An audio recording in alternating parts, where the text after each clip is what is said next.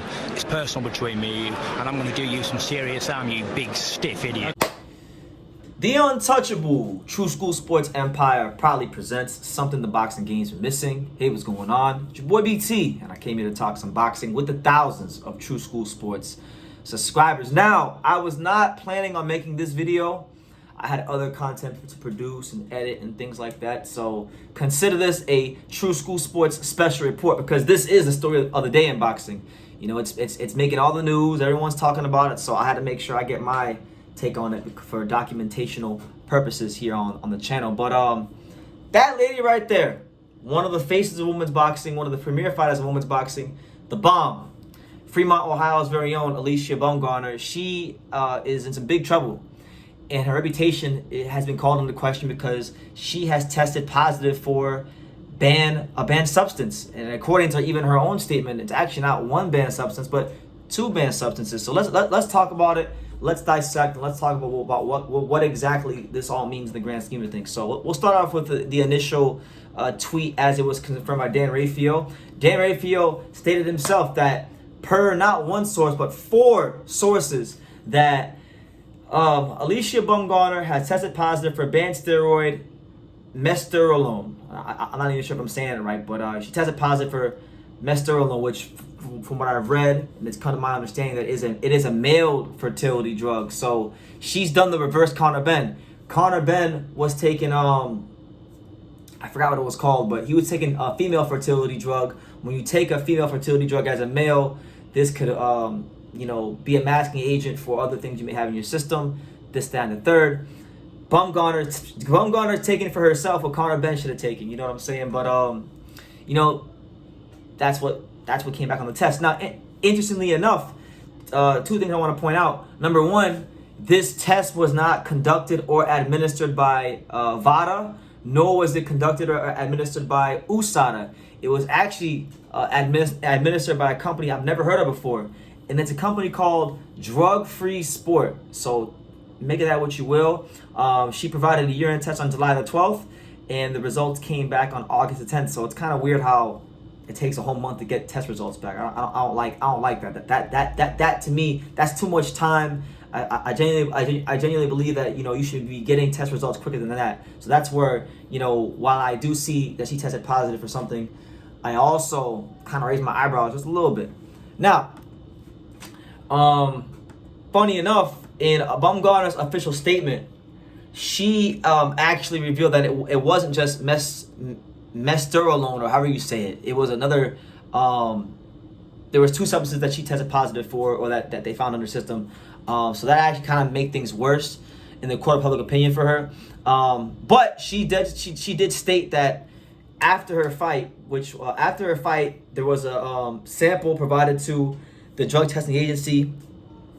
She stated that it came back negative and that it was clean. So,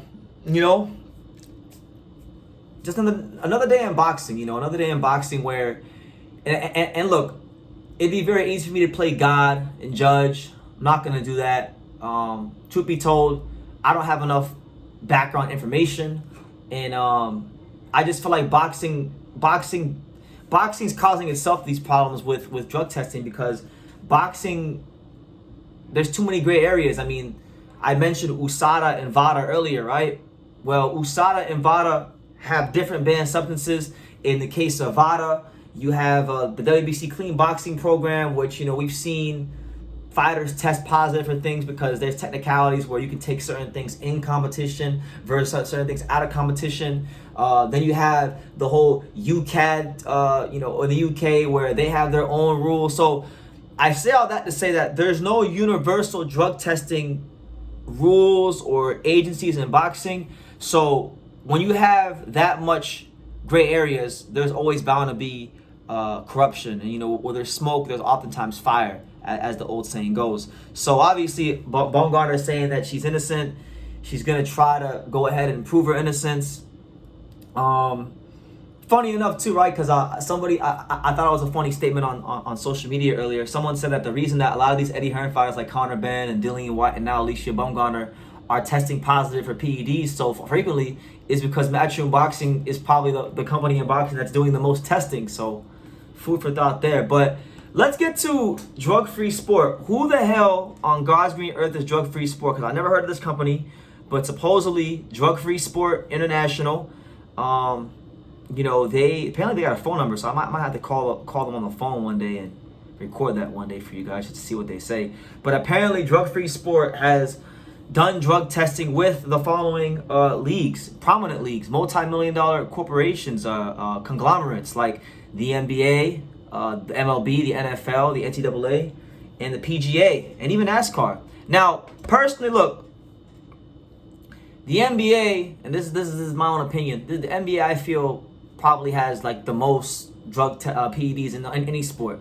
NBA players never test positive for PEDs, and you can't sit here and tell me that certain guys in the NBA aren't juicing. Even George Karl, the great coach, wrote about drug testing in basketball in his book, and how certain players would go to Europe to get certain undetectable blood boosters and things of that nature. But that's another story for another day. I say that to say that if this company is working with the NBA, then the fact that Baumgardner tested positive really isn't a good sign for me. Now, I'm not going to condemn her, because I feel like we should give her a bit more leeway, and not because she's fine, right? Because a lot of people, I see a lot of men who are thinking with their dick and not being rational with the situation. Out there, Alycia Baumgardner is their girlfriend only in their mind, and they want to defend her. And listen, I'm only gonna give her the benefit of the doubt because I can't think of a time in boxing where we've had this company, drug-free sport, involved. That's number one. And number two, the dates and the fact that she took a test on the 12th, she supposedly tested negative and was clean on the 15th, but then now it comes back on the 12th of this month that she's dirty. It's all just, it's quite odd. So I'm gonna wait until I get more details to really have an opinion on this. But it's not a good look for boxing. And look, boxing's two in the middle. It's two in the middle when it comes to drug testing. Boxing likes to pick and choose who they condemn, who they lay the hammer down on when it comes to taking PEDs. And my thing is this: boxing needs to get to a place where either A, you make drug testing like 365 drug testing like the way Nonito Donaire done it. You make it more affordable, and you make it better, and you make it more accessible to fighters, and make every fighter in the top 15 take it and stick to the rules when fighters do test positive, and don't let there be no bullshit with it was in competition, it was out of competition. Or you get to the point where you just let all fighters juice, and just so long as they report what they're putting in their system, a certain amount of time before the fight, and then at least then there'll be more transparency in boxing. I don't feel like there is a middle ground here. I think either A, you get strict with the drug testing, or you let everybody do it. Straight up. That's how I feel. Boxing wants to keep not being organized with this. You're going to get more Alycia Baumgardner cases, and Jarrell Millers and Conor Benns and Dillian Whites and these kind of things. So yeah, really, really unfortunate what's happening to Baumgardner. I feel bad. I really do feel bad for all of her opponents in the last couple of years. You think about some of her opponents, like think about Terry Harper. Terry Harper got knocked out in embarrassing fashion to lose her world title to Alycia Baumgardner. Now she's got to be feeling some type of way about her only pro loss in her career. You got people like Ellen McCallum, who gave Baumgardner a great fight, and challenged for the undisputed title. She's definitely feeling some type of way about this. She's been tweeting about it all day on Twitter today. You also got, think about Michaela Mayer, and we'll camp out there for a second. Michaela Mayer was, and still is, one of the best fighters in women's boxing. And a lot of people thought she would beat Baumgardner, and she got outboxed, and, she still thought she won, and it was a close fight. But she's got to feel some type of way about this too. So you hate when I see things like this, because I remember so clearly when Baumgardner was not very known in the boxing world, and she was signed to Evander Holyfield's now defunct Real Deal Promotions. I've been following her since she was 5-0, and so I've really been able to, more so than most people in the boxing media and content creators, appreciate her ascension to the top. And I don't like seeing this because she's really earned her way here. But now even I gotta question things a little bit. So we'll wait to see what happens. Listen, listen. The only people that know the whole truth is God and Baumgardner, really. So we'll see what happens. But You know, it wasn't a good look earlier today when she was tweeting her life away and she disabled the comments. But now, hey, now she's getting really transparent and tweeting everybody on Twitter now. So, listen, man, much love to Baumgardner. I'm still a fan, but this is bad. This is not a good look for her. And hopefully she can clear her name because I think she's been good for boxing.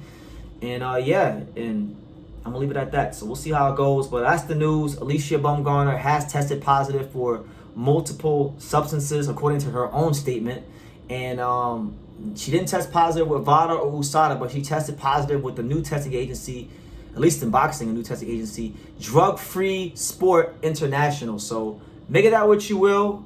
Leave the comments down below, and we'll see how it all plays out. Take care. Thank you for watching another video on the Untouchable True School Sports Empire. We're here at the Hatanaka Boxing Gym in Nagoya, Japan. And for more great videos just like this one, make sure you guys click right here.